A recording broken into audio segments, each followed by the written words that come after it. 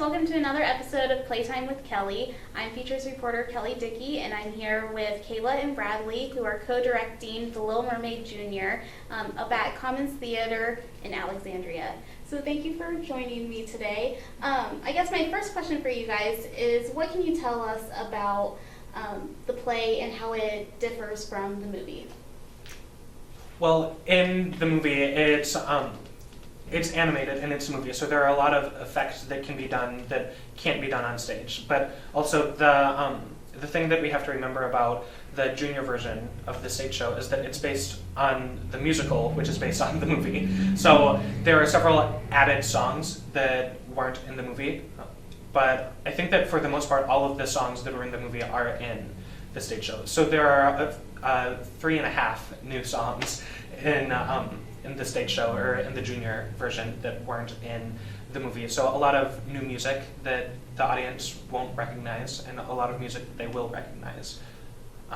There are also some different plot changes that you might not be expecting, especially some of the things at the end. There are some things that can't really be done on stage. It's really hard to get Ursula out of a lot of purple makeup and make her into someone else and then go back to Ursula 5 minutes later. So that really doesn't happen in the musical version, just because The whole Vanessa plot is gone. So it's a little harder to do that on stage than it is when you're making an animated movie. So. And what's the age range of your actors in this production? We have, our youngest is 5. And I think we have 3 5-year-olds. Yeah, and our oldest is 13. When signing up for the camp, it has to be anyone finishing kindergarten through 8th grade. Or 7th grade, sorry. Finishing 7th grade. Anyone finishing 7th grade. So yeah, our youngest is 5, our oldest is 13, so. And what's that like, directing younger kids, especially whenever you guys are fairly young yourselves? I think I have a lot of experience with it. My mom taught 2nd grade for a long time, and I helped her a lot. And so I have a lot of experience with younger kids. So I probably tailor more to the very young ones, whereas Bradley gets along a lot better with some of the older ones. So we kind of bounce off each other when we need to. And yeah, we balance well. Yeah.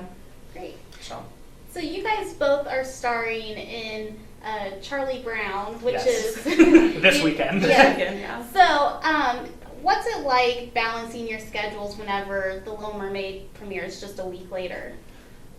Well, we have theater camp, which is Little Mermaid 3 days a week, and we have Charlie Brown 4 days a week. 3 of those days are the same, and so there's just an hour and a half between normally when our last kid leaves and when Charlie Brown starts. So most times we just stay at the theater. We bought a futon and put it up in our office. Or Kayla lives about 30 seconds away, so we hang out there with half of our helpers for Little Mermaid are also in Charlie Brown.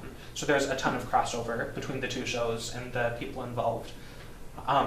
So it's just, we had to commit ourselves those 3 days of the crossover.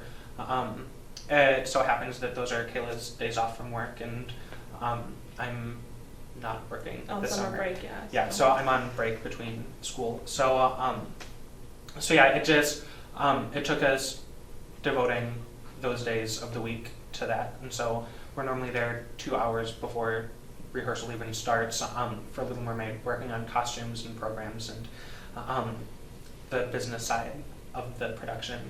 So we really just had to kind of look at the dates and say, so on these days, we're going to be at the theater from 11 in the morning to 11 at night, and that's it. And you were just going to have to deal with that, and we said, okay. And it's been so rewarding. It has, though, yeah. I wouldn't trade it. Great.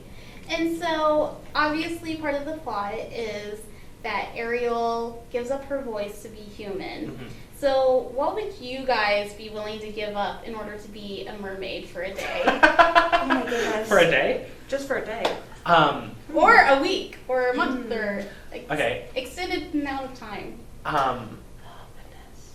Is there a prince of the sea involved? Do I get a prince? Because that could change things. Yes, there is a love interest involved. You get to be like Queen of the Sea.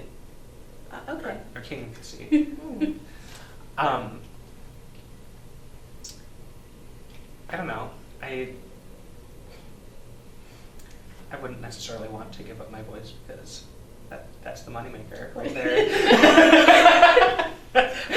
What would you give up? I don't know. My beautiful physique. No, just kidding. That's not a thing. Oh, goodness. I don't know. That's such a hard question. Yeah, it is. And like, I've never been faced with that. I could give away my car. I wouldn't need it anymore. Yeah, yes. I'd give up Mila. It'd be weird to do that with Fens. Yeah. Great. Well, in that case, then I'll ask you, if you had to choose one of Ariel's sidekicks, would you choose Sebastian, Flounder, or Scuttle? I would choose Scuttle. Because Scuttle Really? is just Really? he's so zany and weird and quirky. I would choose Sebastian, no question. Sebastian is very sassy, which fits my personality. So I would be a crab in no time. All right. Well, thank you so much, guys, for Yeah, no coming. And be sure to look for my article about the Little Mermaid Jr. And keep checking back for more episodes of Playtime with Kelly on HeraldBulletin.com.